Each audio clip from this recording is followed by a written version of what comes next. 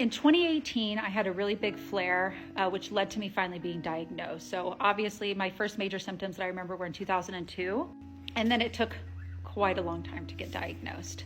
So I started with the CHOP protocol. When I got diagnosed, there was almost a 2-year wait list to see the POTS doctor that I was given, which is a very fantastic POTS doctor in Oregon. She does POTS and EDS. But for 2 years, what was I supposed to do? My doctor essentially told me, I think you should get a wheelchair. I was using a walker at the time and barely walking at that. I couldn't drive anymore. There were so many things that I just wasn't able to do.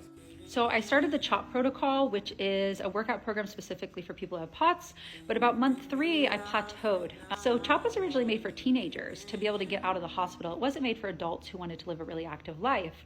So through my work, I have experience creating health programs. I'm also a certified personal trainer, and so I really started digging in and doing research into POTS, EDS, all of the things that I needed to do to be able to create muscles that could act as vasoconstrictors for me. So your calves, your posterior chain, your abs can act as vasoconstrictors when you're standing. So by having strong muscles, specifically working on a slow building program for POTS and EDS so you don't get hurt, which I very much did in the beginning by going too hard, you can create a system in your body that will vasoconstrict for you. And then through cardio training, you also can build your body up to stop adrenaline surges from happening.